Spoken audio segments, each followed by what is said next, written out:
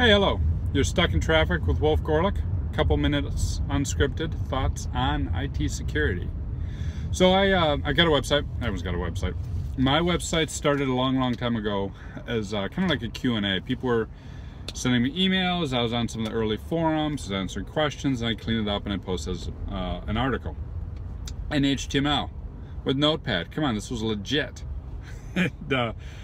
And around 2004, thought I'd up my game and put in a half rack at my house. Had dual redundant firewalls, smoking, and a high availability pair. Had 2 Windows servers that were load balanced, so full HA. Had at the bottom of the rack, balancing it out, UPS. I think it was like 12 hours battery supply. I mean, went all out, went legit. And did that for a while, but as you probably gathered by watching these videos, I like to keep things simple. Right? I want to know where the value is and focusing on that and strip away all the unessentials. So over the course of the next 10 years, my setup got progressively simpler until today I only have 1 server. And that worked all right. Put in a blog, life was good. About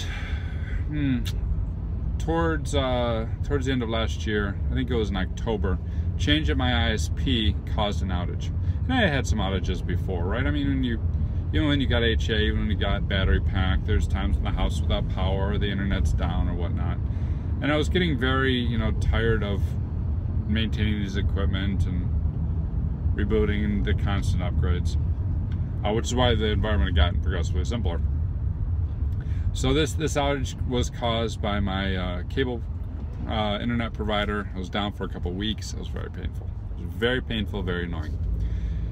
And so I knew it was time for a refresh. About mid this year, I hired a company to redesign my website, take it into the modern era. Looks pretty nice.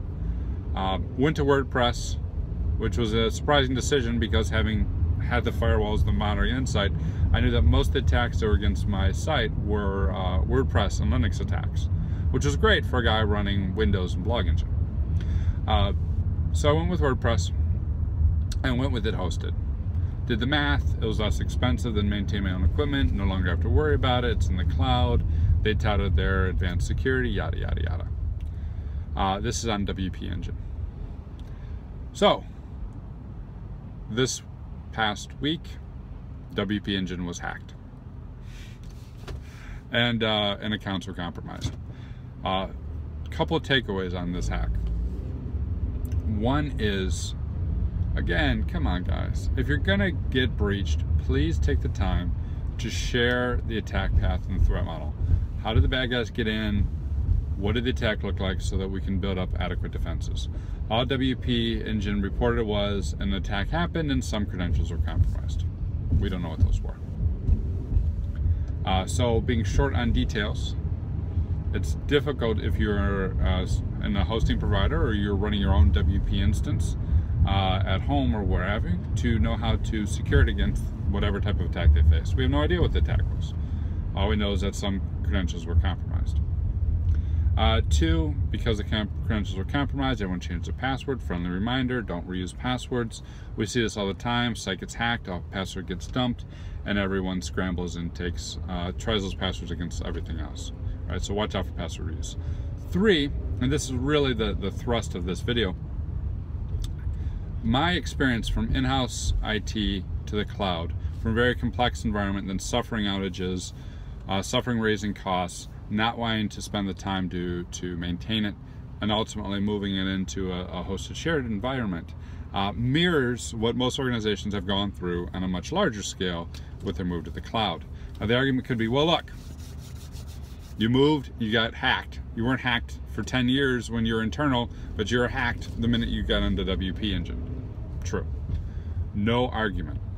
A counter argument is, yeah, but so what? So we lost credentials.